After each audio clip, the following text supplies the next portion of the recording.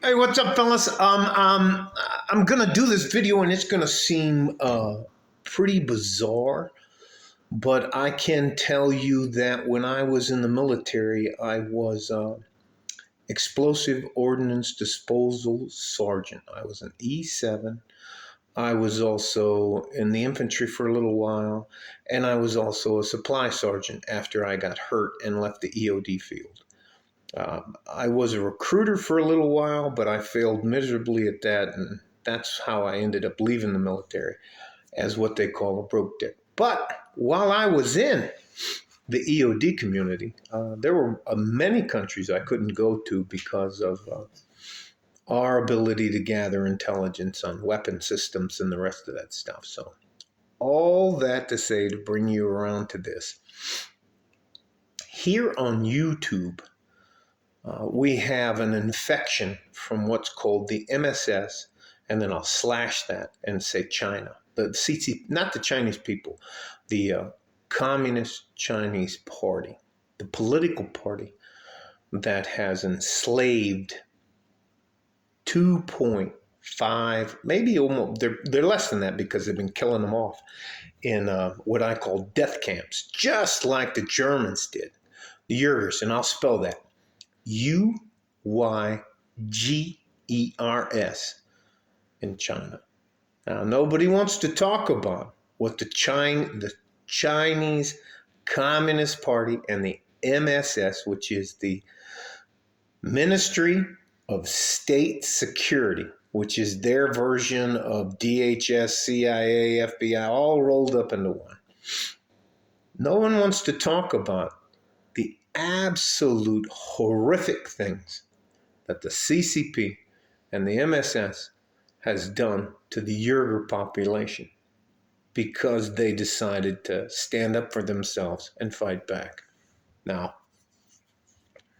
I don't know if you guys know a lot about any of the agencies that operate on behalf of our government, the United States, but there's a ton of them, and they are clandestine. They are straight up economically. They are, well, here, I'll just put it this way. My government that I love and I support, doesn't matter if I agree with who's been elected or that, I like living in a country where I can say F you to whoever it is, from the president on down, and they don't come storm my house, beat my ass, and put me in jail. That is not what happens in China. Now, all of us in the United States have no issue whatsoever with the Chinese people. They are fantastic. Love their culture is long and historic. The battles with the Mongols, all the stuff that I'm going to cough. None of us have any issue whatsoever with the Chinese people. But I have to tell you, yes, after just this one thing, what you did with the Uygers. You know, the 2.5 million men, women, and children you have in prison in actual, what do you call them, re-education camps? And you act like, oh, we can go and say and do whatever we want to do. Let me tell you something. Here's another thing that I think all of you smart-ass bots and Chinese MSS bots and all of you CCP guys, you act like we here, and I'm an average fucking citizen. I'm an old man. I'm an old retired man. And you act like we can't see you coming. Do you not, CCP slash MSS, do you not think we know what your 2024 plan is? Do you not realize that we cannot wait for you to try to take control of Taiwan? Do you realize that? So let's take the top 3 badass navies on planet Earth and match them up against your bullshit non-deep blue water Navy. So the U.S. has the biggest Navy. Number two is Japan. And if you think Japan is going to align with China, you're out of your mind. Japan's are. Nosotros somos, and that's Spanish for we are connected with Japan. And we don't have to agree with Japan. We are going to watch their back and they're going to watch our back. And who's next? The United Kingdom. And we love the United Kingdom. Although I call the United Kingdom and the United States two cultures and two countries that are separated by a common language. I have Scottish heritage, but I can tell you when you meet somebody who is just like you have people who talk differently from different geographic locations, like Southerners, Northerners, Easterners, and all that kind of stuff. For example, are you going to park your car over there? And you need to see the bubbler. Now that's the East Coast. And then, anyways, I digress. Let's get back to the point at hand. I think that there are so many delusional people in the Chinese Communist Party and the Minister of State Security that they really, truly believe that nobody knows what they're doing. Nobody knows what's going on. And they live on a leaky ship.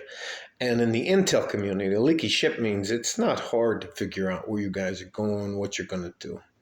If you really think nobody's waiting for you to flex on Taiwan, all right, good for you. You know, we don't know, none of us know what you're planning or anything like that. And what are you going to do? Now, I understand. Now, we also understand that you're building oil networks straight across from Russia to you so you can get the natural resources that you have to keep your manufacturing going. And that's not going to work. That's easily taken out. I'll tell you another thing you don't understand. What if we just fly one of our space programs up and we just collect all of your satellites? Or how about if we just shoot them down?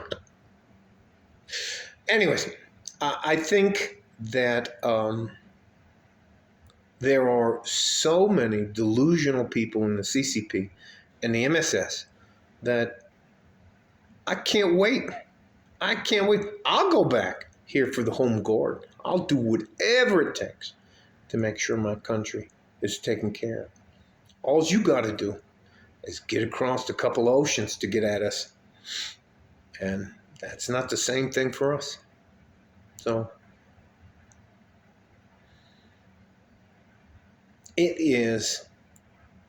we are, as a